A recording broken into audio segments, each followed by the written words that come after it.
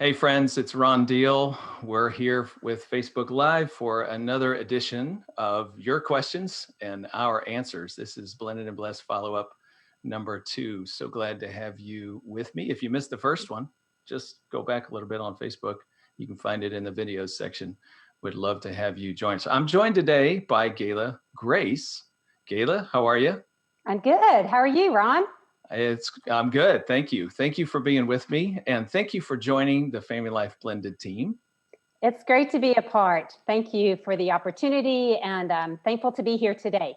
Well, let me just tell our audience a little bit about Gayla. She is an author and a speaker and recently joined full-time FamilyLife to work specifically with our team here at FamilyLife Blended. So we're thrilled to have her. She and I are going to be talking through some of your questions here in just a few minutes. I should also mention that I see Mark has joined us on Facebook Live. Good to have you. Shannon's here. Melanie. Hey, Melanie, good to have you.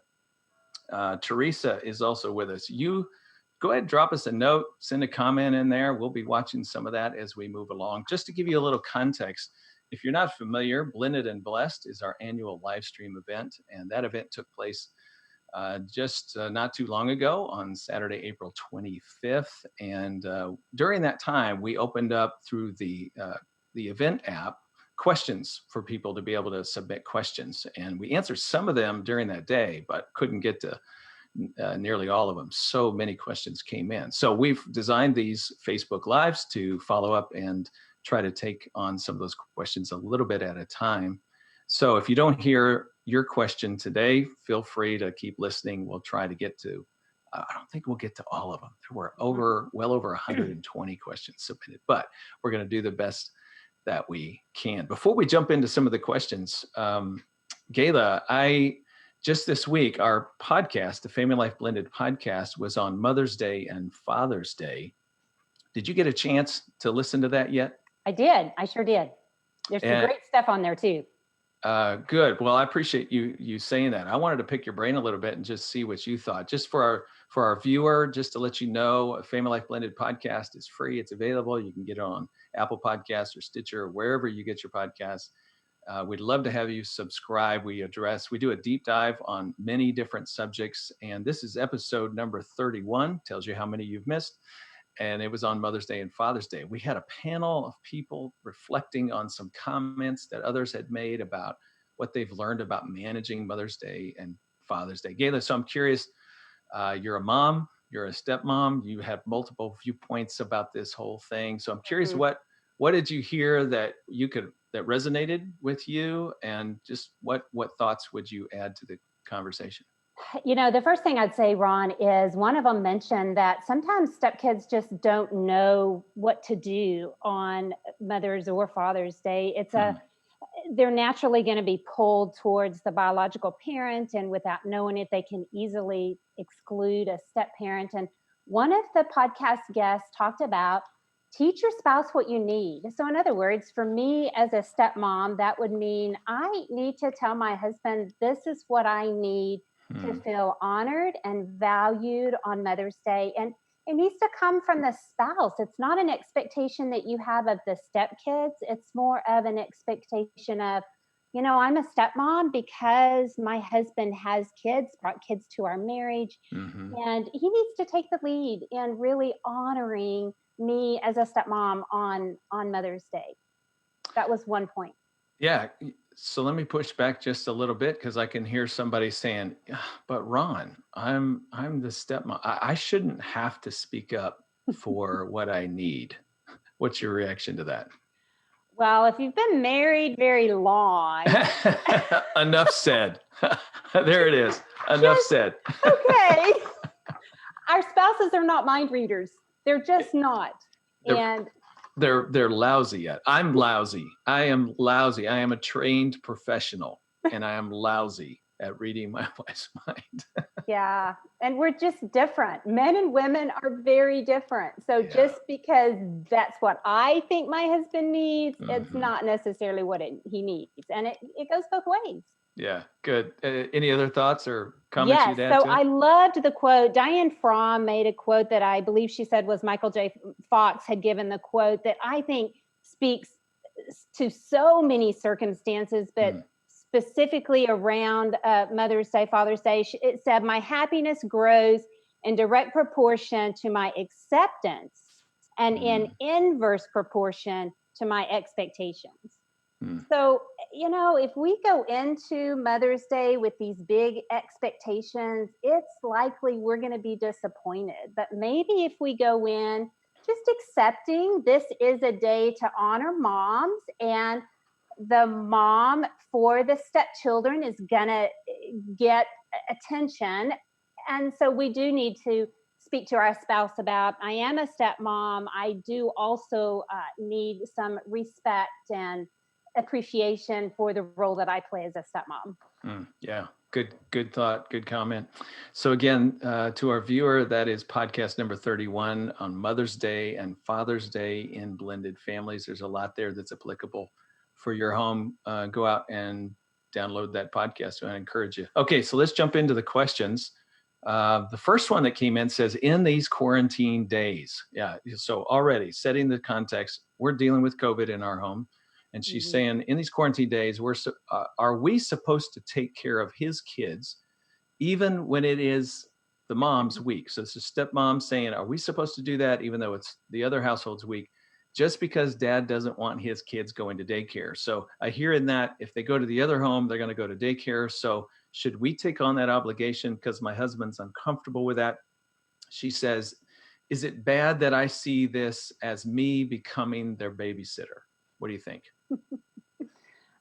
I don't think it's bad that she feels that. We're entitled to our feelings. But I think it's a matter of, so what are you going to do with that? And the first thing I thought of was, how was it presented to the stepmom?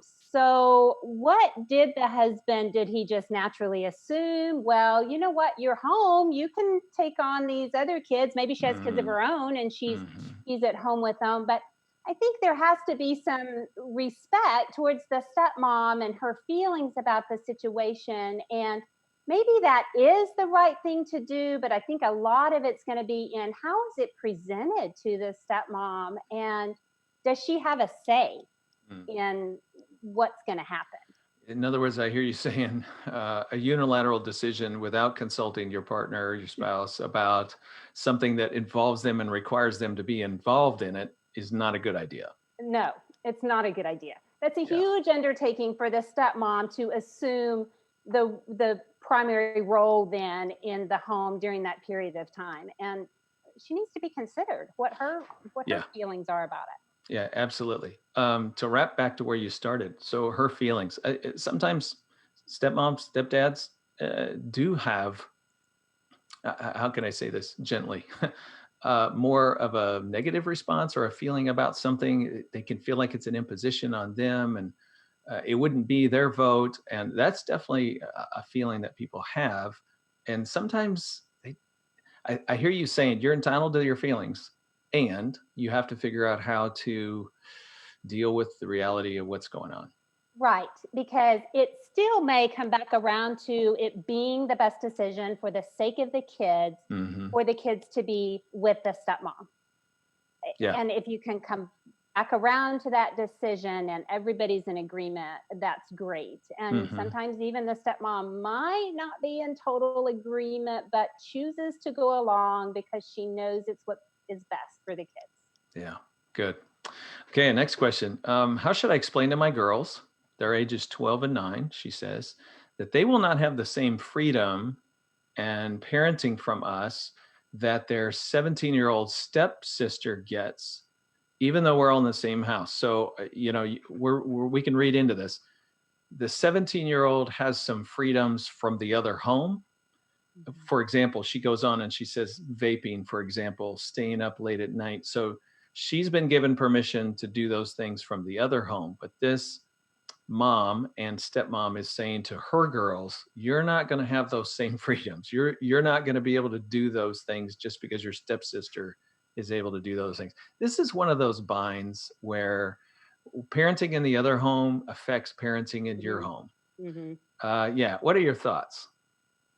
Well, certainly we don't have the same kind of control of parenting that goes on in another home, and it's going to spill over into our home, but we still can make decisions for the kids that are in our home, and they very well might be different. But the situation specifically where she mentioned things like vaping, I think we have the right to talk about things that we don't want to happen in our home. Because, for Hmm. instance, she doesn't want that influence with her younger kids. I totally understand that.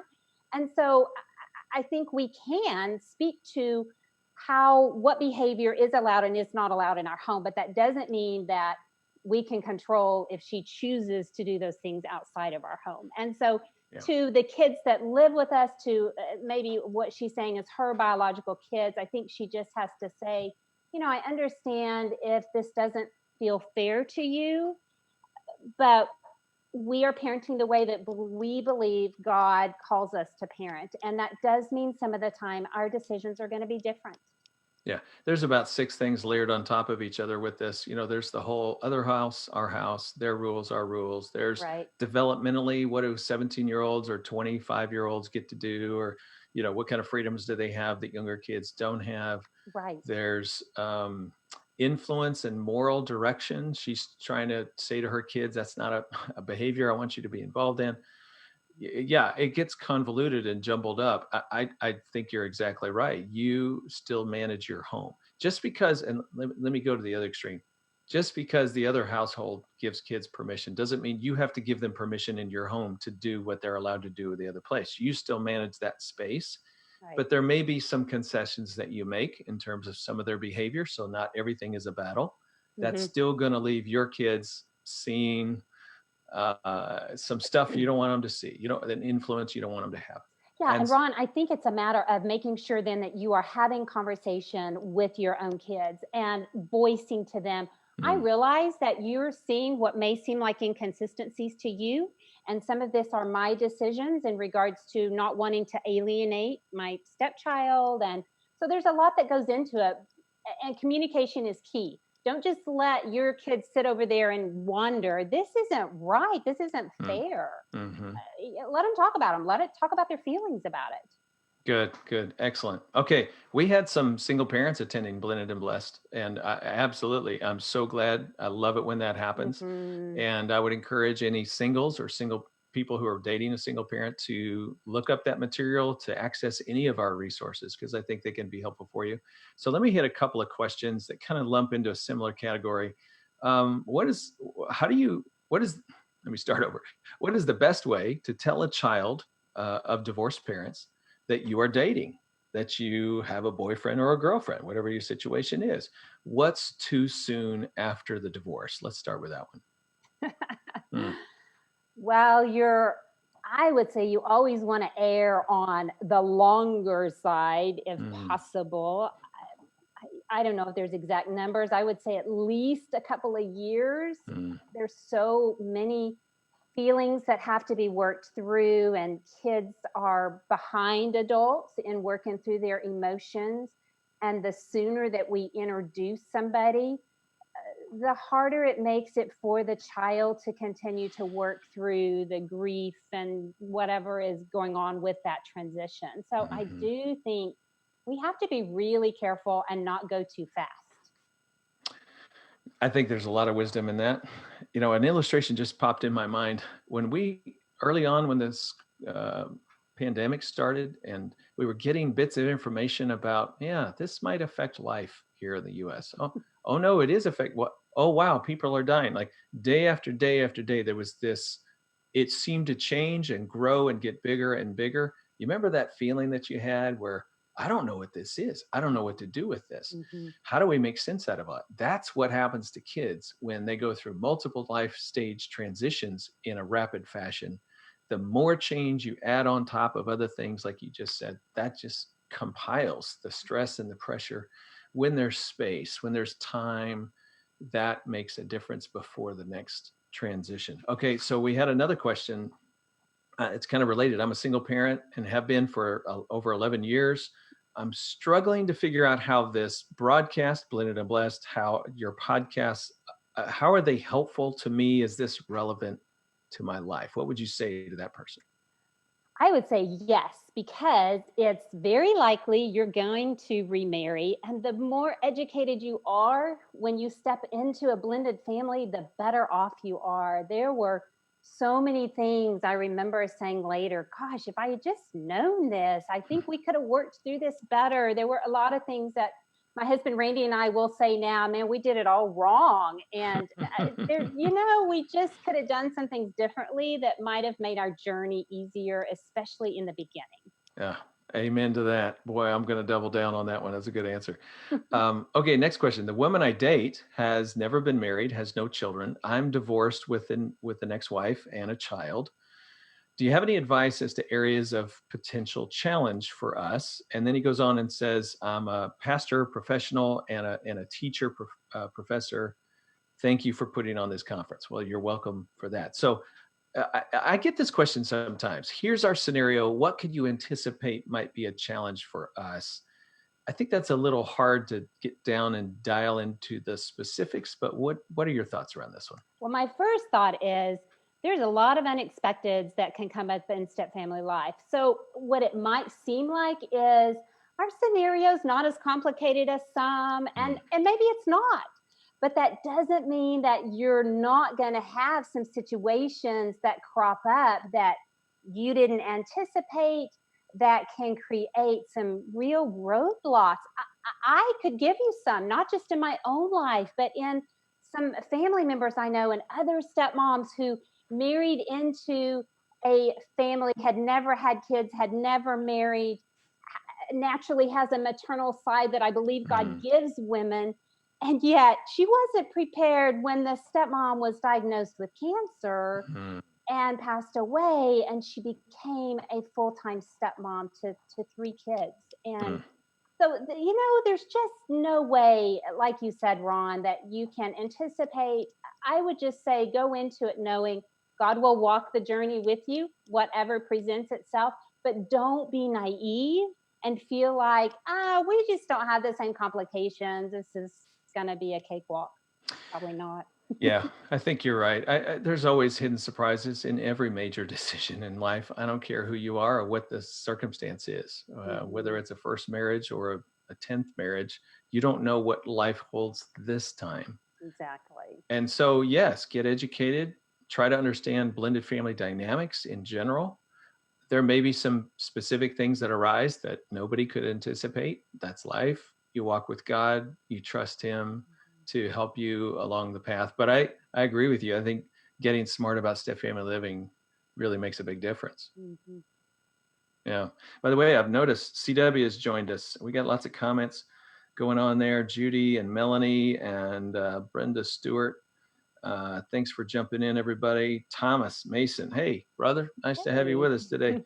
Yeah, Cheryl and Emily, and boy, it's nice to see those comments rolling in. Appreciate hearing from all of you. Would love to have more thoughts and comments as this goes along. Okay, next question, Gayla.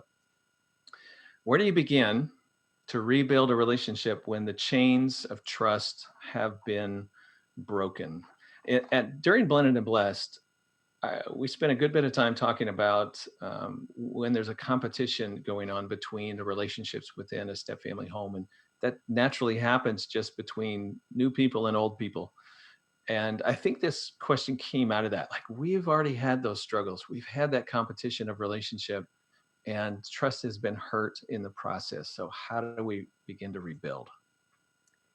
You could go a lot of different ways because it's hard to know the relationship of where the trust was broken. But I would say, first, obviously, let's talk about it. Mm, So, specifically, how were you hurt?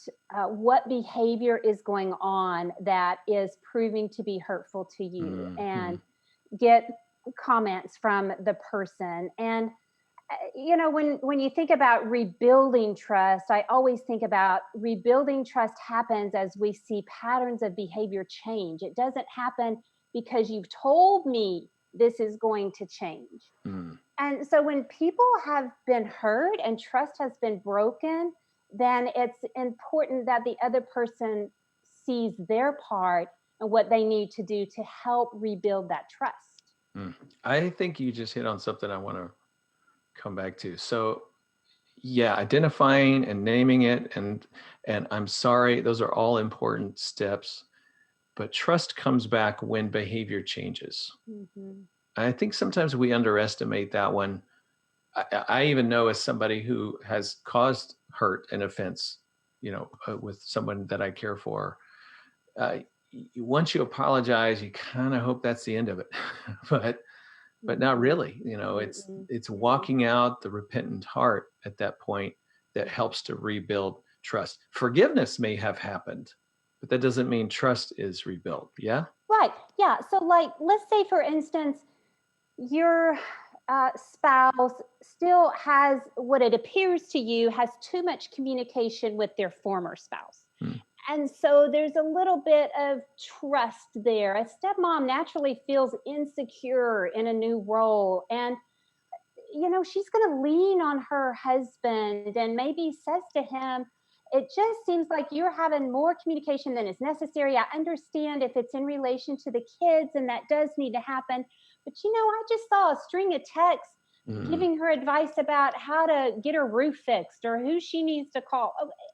So, he may have to go overboard a little bit to help if there's been this pattern of too much communication with the former spouse, and the stepmom is needing a little Hmm. reassurance in the relationship. Does that Hmm. make sense? Yeah, it does make a lot of sense. I can think of another scenario that's fairly common, and that's we've struggled with parenting and coming together as a team, and I'm the step parent, and there's been more than one occasion where you took your kid's side and left me out. Yes. And Right. so now we're trying to change that. We've both decided that needs to change. I'll begin to feel more comfortable when Hmm. I see you turning to your child and saying, "No, not this time." Right. And you set that boundary and follow through with it. Then I really begin to trust that you're on my side and we're together and we're leading together. So it's so important. You have to get past good intentions Hmm. and let the Hmm. actions support those intentions. Right. Mm. Exactly. Yeah. Okay. Let's do. I think we got two more here. My husband's children live in another state. They do not have all the same luxuries and amenities as the children who are with us. How can we make it fair, quote unquote, fair for children and be reasonable without being guilted by his ex, the other household, for wanting more? So it's that discrepancy in income, for example, and it's just Hmm. created there's opportunity in this house, but not in that house. How do Hmm. we not feel guilty about that? We do recognize there's things that are different for the kids and it feels a little unfair for them.